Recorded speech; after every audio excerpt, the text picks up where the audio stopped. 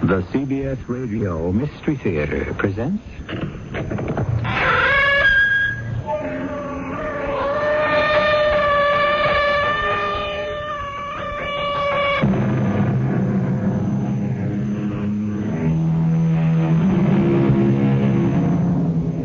Come in.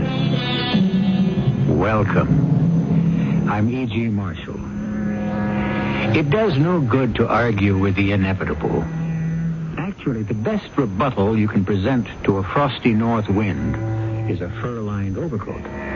But isn't that the way we go through life? Arguing with the inevitable, the imponderable, the incomprehensible, and the unchangeable. Who are you, Ralph? Who am I? Well, I fell in love with you.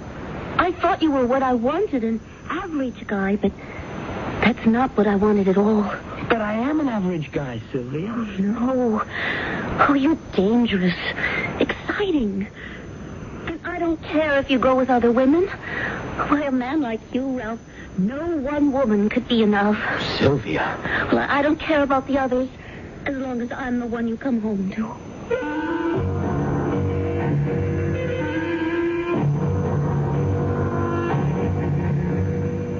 Our mystery drama, You're Better Off Guilty, was written especially for the Mystery Theater by Dann and stars Kristoffer Tabori. It is sponsored in part by ARM, Allergy Relief Medicine. I'll be back shortly with Act One.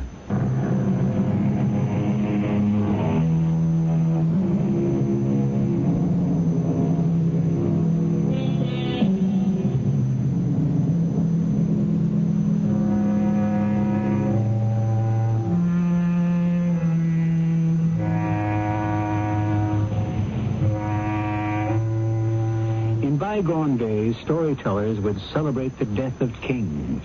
Today, kings being generally in short supply and basically out of favor, we have a brand new breed of hero, or more accurately, non-hero. You see them on the screens. You read about them in books. They're just ordinary, everyday, average fellows. They dream no great visions. They set no impossible goals. They neither challenge fortune, nor do they defy fate. Well, what can you do? It's the age we live in. And these are the materials we have to work with. Who got the report? Come and get in the car. For crying out loud, Bernie. Shut the door. How can a guy concentrate? Oh, what's the matter with those guys? You'd think we never had a murder around here. Inspector Thorstad. Oh, come on now, will you? Give me a break. She's not even cold. How do I know who killed her? Sure thing. Absolutely. The exact split second we get even a glimmer, I'll get right on the horn so you can carry out your sacred obligation to keep the public informed. Oh, what a pack of ghouls. Hey, Paul, send that guy in. You know, what's his name, whoever he is. And don't put through any more calls from reporters, huh? Pardon me, is this the, Yeah. Come on in. Shut the door. Let's see now. Your name is Northfield. No, it's, Southfield. No, it's Westfield. Oh, yeah. I figured it was in there someplace.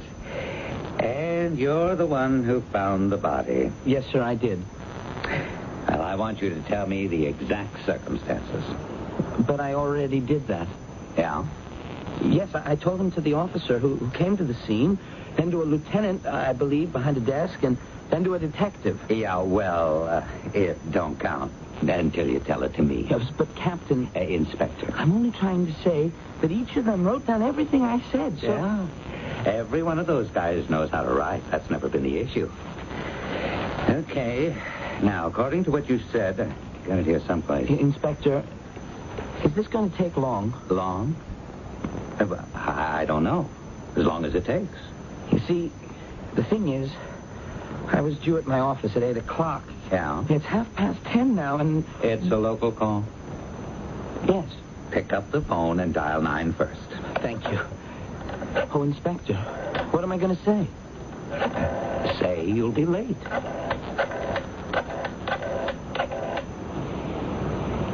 Hello, Miss Reimer. This is Ralph Westfield. Where am I? Well, you'll have to tell Mr. Stratton that I'm at police headquarters. There's been a murder, and I'm being asked... No, wait a minute, Miss Reimer. Miss Reimer! Inspector, how am I going to explain this? Explain what? Oh, what I'm doing here. Oh, Mr. Stratton. No. Am I what? No, please, wait a minute, sir. Inspector, am I being held? You're being questioned. Mr. Stratton, I'm being questioned. Oh, no, sir, I didn't do anything. I just happened to find the body. Yeah. Just a minute, sir. I'll ask. Inspector, when will I be free to go? I don't know. Then I'm being held? You're being questioned. They're just asking me some questions, Mr. Stratton. Oh, I don't know anything about it. What? Well, if I don't know anything about it, why are they asking me questions? Well, it's because I found the body. Oh, no, sir. I wasn't looking for it. In Hewlett Park. At 7 this morning. There's a woman. Very young woman. One of those singing stars. Jill Joris. Okay, come on, let's go. Oh, I have to hang up now, Mr. Stratton. I'll explain everything as soon as I see you. Yes, sir. Oh, I can just imagine what he's thinking. You don't know how conservative he is. So there you were in Hewlett Park. Now, what were you doing there at 7 o'clock in the morning? It's the way I walk to my office. Didn't you say that you had to be there at 8 o'clock? Well, that's how long it takes to walk. You mean you walk an hour every morning? Yes, sir. I have a very sedentary job. I need the exercise. How long you been walking like that? Oh, it's a month now. Where's that statement you made? Oh, yeah. You saw this car over by the side of the road. Yes, sir. It was a Girardi 462. Now, I'd never seen one, actually. Yeah? So I asked myself, what is it doing here in the park? So I walked over. And then I saw her. She was lying over the wheel. You know what I mean? Her face was turned toward me, and her eyes were just staring at me. And did you know who she was? Well, she looked like the famous star, Jill Joris. But I said, no, it can't be. Why?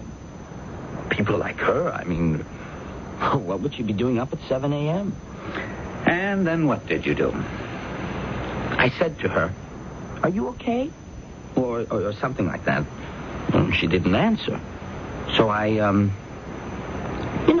instinctively, without meaning anything, I put my hand on her body to rouse her gently. And she just fell across the seat. And then I saw the blood. And that's how it got on my sleeve. Mm-hmm. Then what'd you do? I ran down the road. I saw this police car and... Well, that's it. Did you see anyone else in the park? Oh, no, sir. Now, you didn't see or hear anything that could help us? No, sir. And that's your story? Yes, sir. Why'd you kill her? What? What did you say? Why did you kill her? Oh, but I didn't kill her. How can you ask that? It's a good question. No, you have no right. You were the one who discovered the body, you say. But I didn't kill her. I didn't even know her. Okay, that's your story. Are you accusing me? I'm just saying that's your story. But it's true. I'm not saying it isn't true. Well, what are you saying? I'm saying be available in case we have to talk to you again.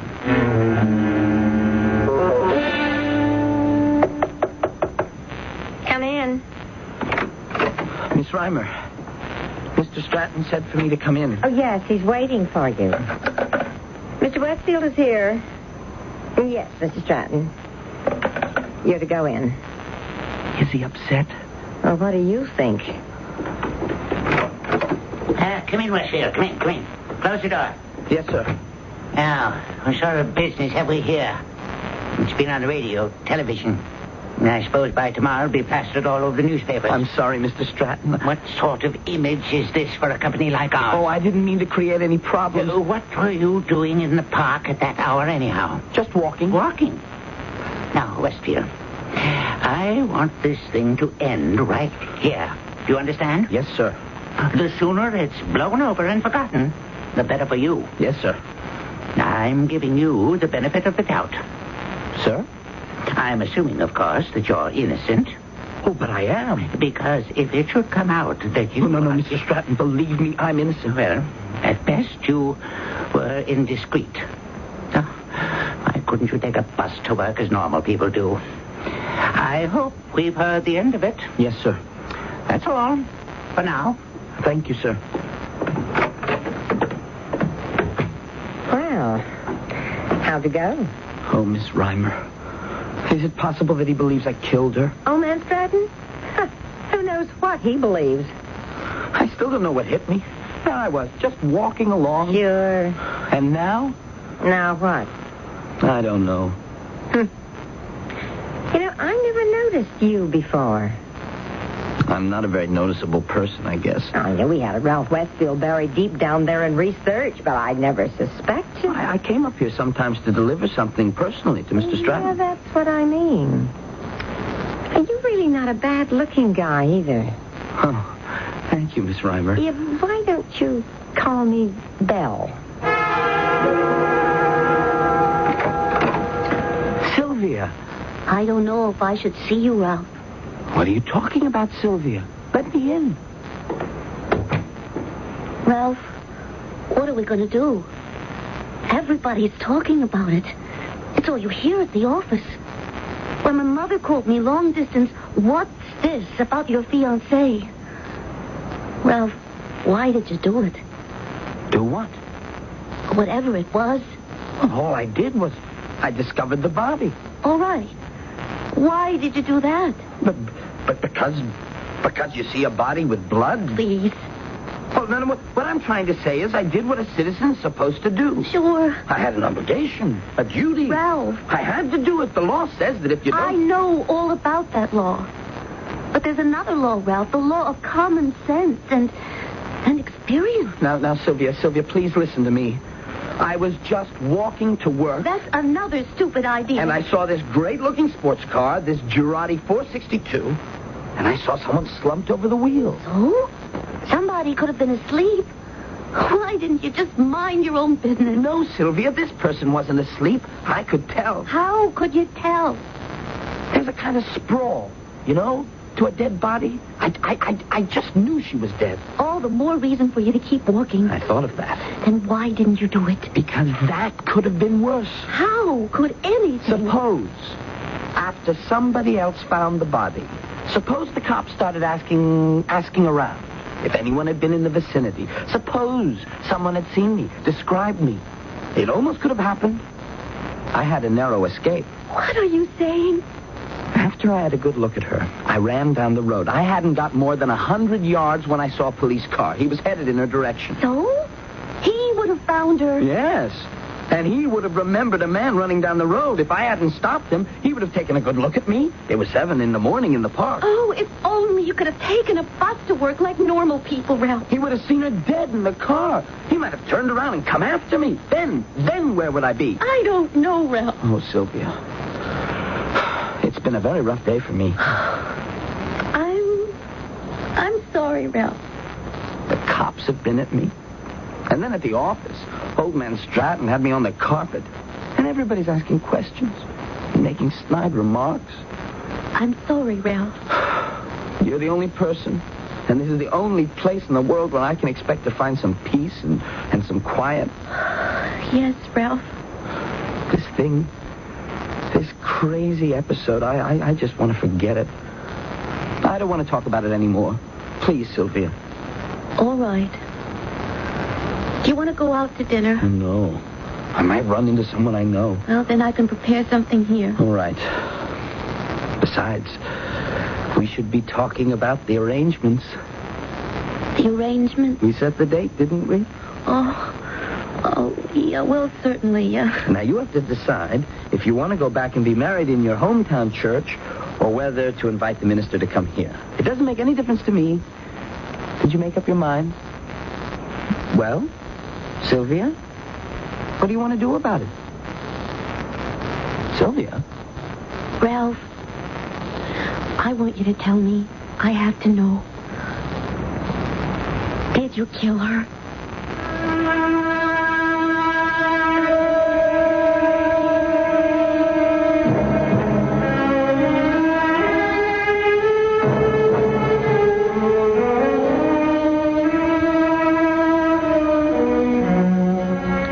Suspicion.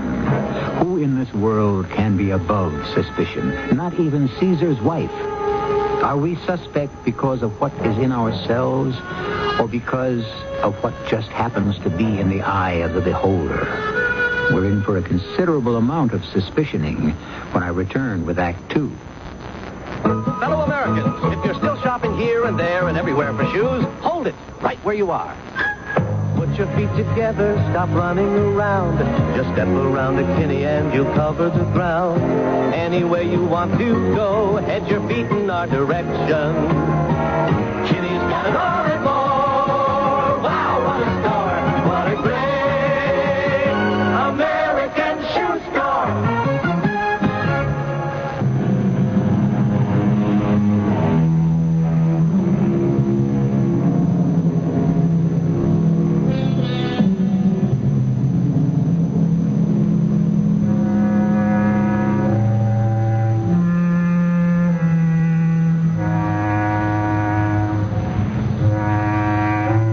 Call it the idée fixe, the fixed idea, the obsession.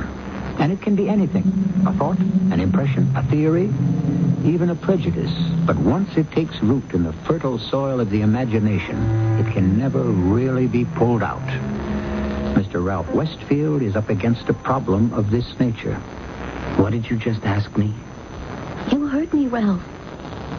Did you kill her? How could you ask me a question like that? Why would I kill her? Well, because maybe she was getting tired of you. What are you talking about? I never even knew her. The one and only time I ever saw her, she was dead. Is that true, Ralph? What do you mean, is it true? When would I ever have a chance to see her? All day? I'm at work. In the evening, I'm generally with you.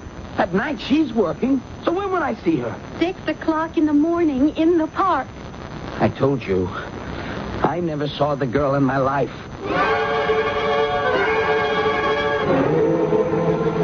Inspector, you've got to give us something for the evening news. I don't have a thing. We're checking out Miss Joris's past. Well, how about this fellow Ralph Westfield? Yes?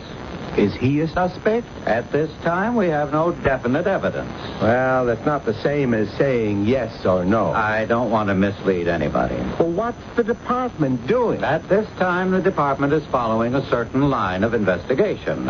Now, if you'll all excuse me... What was she doing out in the park alone at that hour? That question will be answered in due time.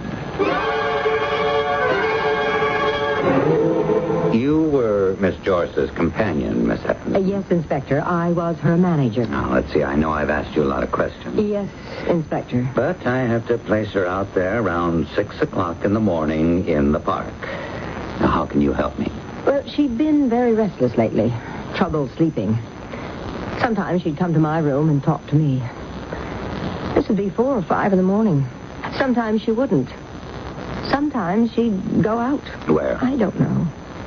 I'd hear her return about 7 or so in the morning. And I'd say, "Where have you been?" And she'd say, "Out, driving around." And she wouldn't tell you where? No. You said she was restless. Would you know why? Well, it could be a sign that her love life was in trouble. Can you tell me about that? I don't know very much about that myself. Miss Evans, I'm working on a homicide here. Well, it's the truth, Inspector. Dozens of men were in love with her, but she had problems. No, what kind? Oh, finding someone who could be serious about her and whom she could relate to. That's why she never went out with men in show business. It would all be too public. So, who did she go out with? Men she would meet here and there. I think underneath all that high-powered glamour, she was a very domestic little girl. She liked men who were Average every day. Middle-class, white-collar types. Teachers, accountants. Accountants? Something like that. She must have been very deeply involved with one. Because I had to talk to her about something very important. She just never had the time to sit down with me. What was so important? Her investments. Yeah? With this inflation, she should be doing something with her money. But she would keep saying no to me. Don't worry about it. It'll be taken care of very soon. Do you know what she meant by that? No. No, Inspector. Well, thank you very much, Miss Evans.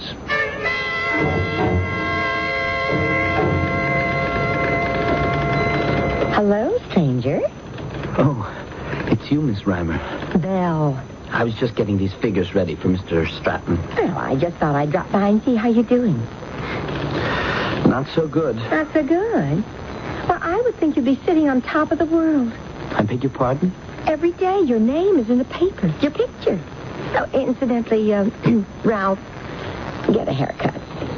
Better, a styling. Oh, but you don't understand. My fiancée is very, very upset. Oh, I didn't know you had a fiancé. I think she wants to break it off. Why? Because she just can't help supposing I had something to do with Jill Joris. And you think that's why she's mad? Well, sure. You don't know women. Actually, she's excited. What? The whole idea. It stimulates her. I don't understand. Naturally. See, here's Jill Joris, the sex symbol, the sex goddess. And whom did Jill Joris want out of all the men in the entire world? Why, Ralph Westfield. Hold on now. Do you see how much more desirable you become to your fiancé? Actually, to just about any woman with imagination. Huh.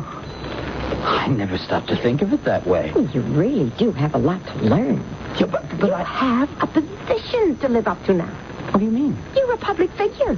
But I really didn't do anything. Why do you keep insisting? Do you think I'm lying? Well, I don't even think that's important. It doesn't matter what you did or didn't do. Well, it certainly does. What matters is that you are a celebrity.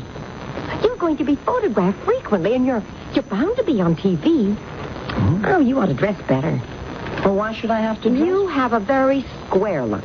Now, that's not at all in keeping with the public concept of what the lover-killer of Jill Joris. I am not the lover-killer. Well, at least you're the lover. Well, now, will you stop accusing me of... The public now knows that Jill Joris would go riding in the park along about sunrise, yes? And that you go walking in the park at the same time? But I'm only on my way to work. No. We have a considerable body of opinion out there that insists you were her lover. But it isn't true. It fits. It fits what? You and Jill would meet early in the morning for your little tete-a-tete. On this particular day, some jealous lover got there before you did. And none of what you're saying makes sense. Hey, you want to be the killer, too? Fine with me. I'm neither killer nor lover. That's your stuff. And I won't let people believe it. What do you say, lover? Buy me a drink. We'll work on your image.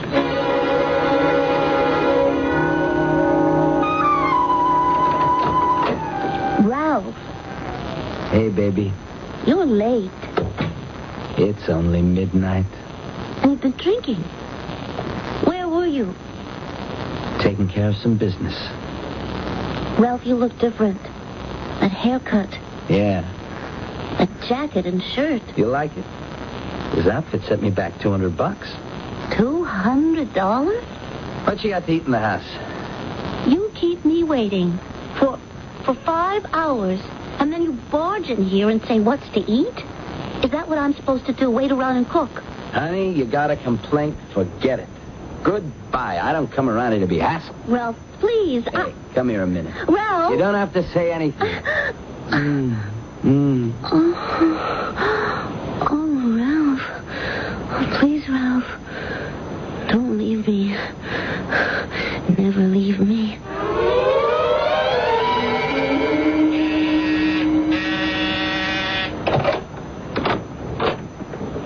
Inspector Thorstad. Do you mind if I come in? Oh, why should I mind? So, this is your new address. Yeah, I had to move. Yeah. I've been thinking about it for a long time, and I decided I needed a bigger, a more comfortable place. Besides, you're a celebrity now. Fix you a drink? No. Oh, I forgot. You must be on duty. No, it's just that I don't drink. Well, what can I do for you, Inspector? You can save us a lot of time. You can sign a confession. A confession? You want me to confess to the, To the murder of Jill Joris. Inspector, you have no proof. You're singing a different tune now, aren't you? When I first accused you, you insisted you were innocent. Now you say that I have no proof. Well, that's the same thing. No, not really. It describes two different kinds of situations. But we're getting there, slowly and surely. Getting where? You work for a brokerage house, don't you? It's an investment banking firm. Mm-hmm. You know about stocks and bonds. Well, I do research. Jill Joris needed some investment advice, according to her manager. Well, what has that got to do with me? Well, you would know how to advise her. All we're doing now is narrowing the gap. What gap? The guy comes running to the cops and says, "Hey, I just found a lady who's been murdered," right? Yes? Well, on the face of it, there's nothing between them, nothing in common. They're from two different worlds, okay? That's the gap. Get it? Yes. We find they both would be in the park at the same time every day, early in the morning. That could be a coincidence. Sure. Then we find she needed investment advice, and he was in the investment business. Oh, but that still doesn't mean that... Little by little, the gap gets narrower. The more we dig, the more we'll find. And we're digging. Now, you want to make it easier on yourself, on everybody. But I'm innocent. I would know if I killed somebody. We get this every day. Guys like you want to forget it. You're trying to believe it never happened, so you insist you're innocent. But the evidence is out there. We're going to find it. Save us a lot of trouble. Confess, Ralph.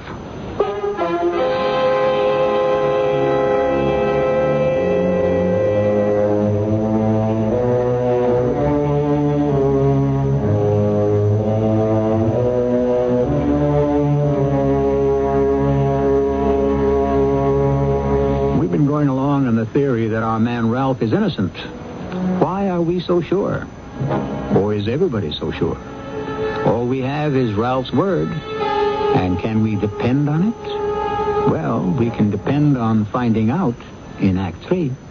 At the store, they told me there's a powerful anti-itch drug I can buy without a doctor's prescription. Now, I use Bicozine cream as directed. No more burning, embarrassing itching. No more scratching. Bicozine actually speeds healing. Bicozine cream. What a relief. For constipation, remember X-Lax pills, the overnight wonder. X-Lax pills, the overnight wonder. X-Lax pills, for occasional use only as directed.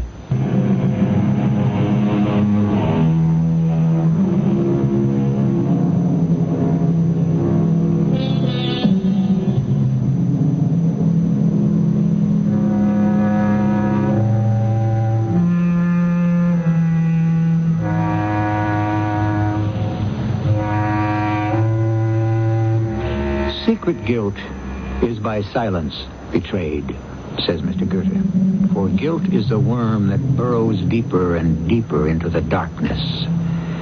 One of the very few things in this world that becomes stronger as it grows older, provided one is guilty in the first place.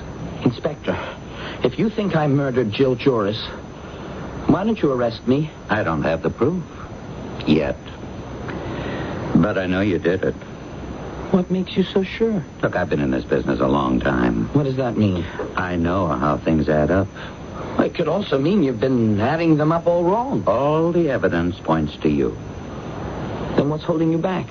Because it doesn't constitute the kind of evidence you can use in a court of law. Then it doesn't constitute any kind of evidence. Don't leave town. Why does Stratton want to see me? Don't worry. He never sends for me. I think he's afraid you're going to quit. Quit? Why don't you, go inside? yes, Westfield. Come in. There's something I would like to discuss with you, Westfield. Yes, sir?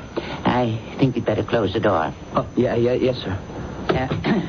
Westfield, when I first learned of your involvement in this case, I was shocked. You realize that? Oh, I do, sir. We are a most conservative investment house. And the idea that one of our young men could be involved with a rock and roll female singer... She was more than just a rock and roll singer, Mr. Stratton. No, I'm sure. I was, to put it frankly, dismayed. The notoriety. And yet, amazingly, there has been a positive plus for Stratton and Company. Were you aware of that? No, sir, I wasn't. The idea that a Stratton broker could be a lover of a singing star like... No, but I'm not exactly a broker. I'm only a research aide. Well, I'm aware of that, and we'll come to that shortly. Everywhere.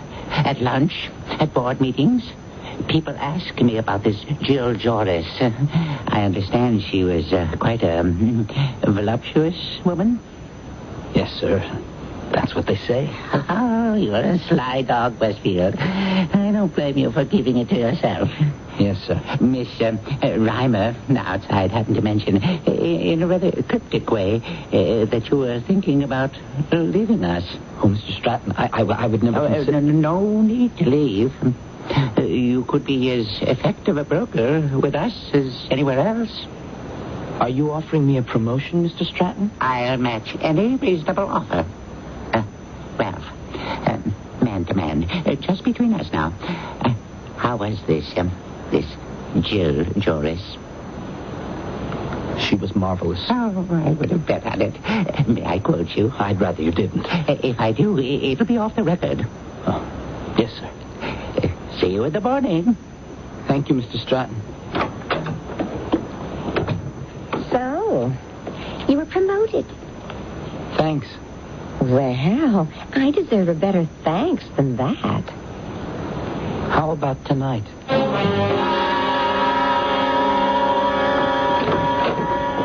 Ralph!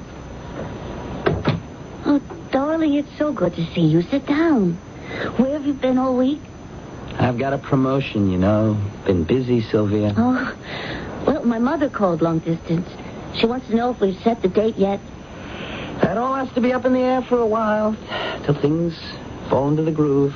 Oh, yeah, well, I understand. It's a new job, lots of responsibility. Yeah, I realize that. Oh, hey, turn on the TV. I think we'll see me.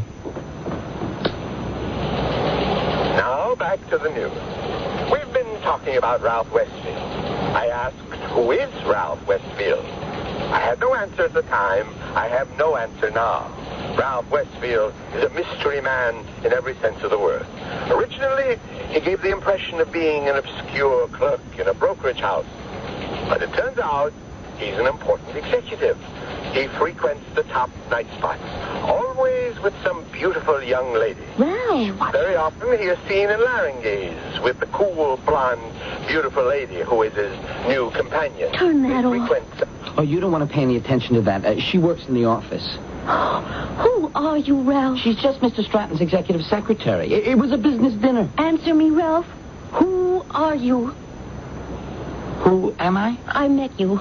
I fell in love with you. I thought you were just an average guy because, well, that's the kind I wanted. But maybe that's not what I wanted at all. I don't understand. Maybe that's not what you are. You're dangerous, exciting. Maybe that's what I want. I don't care if you go out with other women. Oh, but I don't. But a man like you, no one woman could ever be enough. I don't care. As long as I'm the one you always come home to.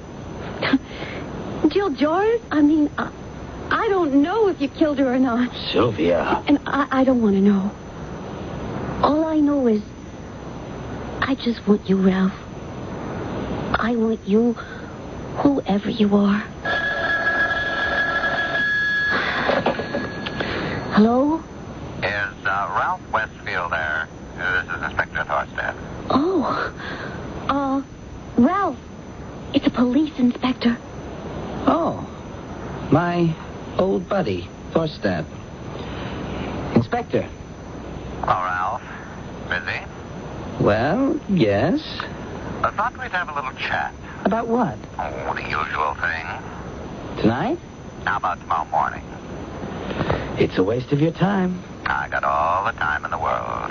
It's a waste of the taxpayers' money. If you're just going to go over the same old ground, Inspector. Oh, we're breaking some new ground. For instance, Ralph, the gun. What gun? The gun you killed her with. You had to hide it. And you had to hide it in the park.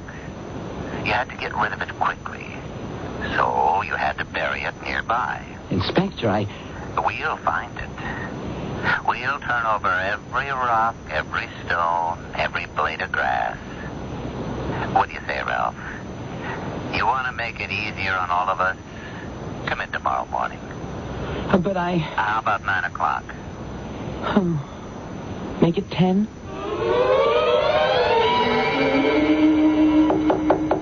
Yeah, come in. Inspector? Oh, yeah, you're, what's her name? Miss Evans. Yes, Miss Evans. Jill Joris's agent. A manager. Yeah, same thing. No, not really. Well, Miss Evans, what can I do for you? Well, you must be very busy. I am. I got a murder here. That's what I've come to see you about, Inspector. About the murder. Oh? Is there anything you can add to your statement? Let me see. I got it around here someplace. I've been thinking it over, and there is something I neglected to tell you. Oh? What's that? I'm 35. Do I look it? Well, you do and you don't. You know the biblical allotment of 70 years and 10. I still have half my life to live. And these days, with medical science, it could be a lot longer. Wouldn't you say that? Well, you asked me just before if I was busy. Well, the point is, Inspector, I'm going to have to live with this thing for a long, long time. I don't know if I can. Well, I do know. I can't. So if you have my statement in front of you, please add this to it. Are you ready? Shoot. Funny you should say that. It's exactly what I did do. I shot her. You what? I shot Jill Joris. Oh, I feel better. You shot Jill Joris. I was stealing her money. I took some to cover some bad investments. I was going to put it back, but she found out. She was very angry. She was hurt. She was furious. I said, let's go for a drive and talk. Talk about it calmly. She was going to fire me. I had nothing. No one in the world. I couldn't think. I shot her. Maybe I meant to all along. I had the gun, didn't I? Here it is. You can match the bullet. When I read in the papers that you had a suspect who went walking in the park mornings, I let him carry the brunt of your suspicions. Well, that's it, Inspector. I killed her. The door was open, so I came in. Will you dictate that to a stenographer, Miss Evans? Hey, Paul. Hey, get Bernie in here. I killed her. Inspector. I killed her. Now, you just take it easy, Miss Evans. Inspector. What do you want? You sent for me. We had a date. Oh, yeah. Well, we don't need you anymore. Is Stratton in? Mr. Stratton is in conference. Well, look, Belle. Miss Reimer. I have an appointment to talk about my promotion today. Oh, Mr. Stratton asked me to cancel it. Oh. Well, when does he want to reschedule it? Probably never. Oh. Well, now, look. Consider yourself lucky. You still have a job. Oh? But why? Please tell me why, Belle. Miss Reimer.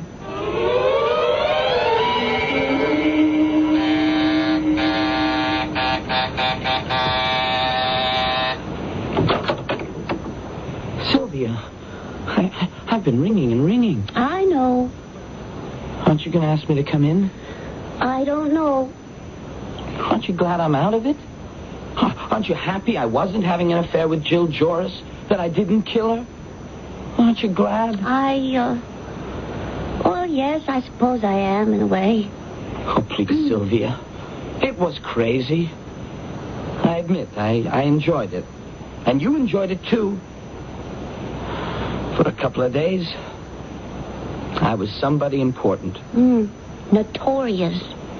Sylvia, you said you wanted me. You said you wanted me no matter who I was. Do you remember? Well, I'm just plain Ralph Nobody. Sylvia? Oh, Sylvia, please, Sylvia. All right, Ralph. You're my somebody. But from now on, you better behave yourself. Behave myself. Yeah, and don't ever do anything like that again. Anything like what? I don't know. But whatever it was, just don't do it again.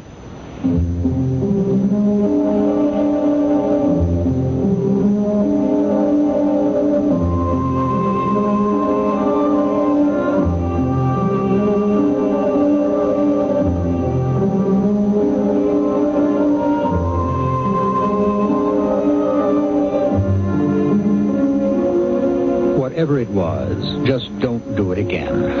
That about sums everything up, doesn't it? I suppose it's the old story. Once accused, never excused. The lingering doubt. So many people say, if he wasn't guilty, why did the police arrest him? In this world, there are certain surefire, no-win situations. Make sure you never get caught in one. I'll be back shortly.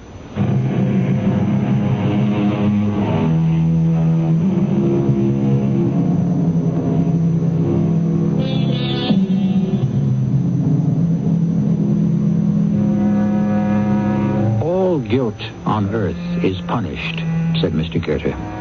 Well, it's one thing to punish guilt, but quite another to punish innocence. We have just told you the story of an innocent man. After all, what crime did Ralph Westfield commit? He just happened to be in the wrong place at the wrong time. And let that be a lesson to you, dear friends.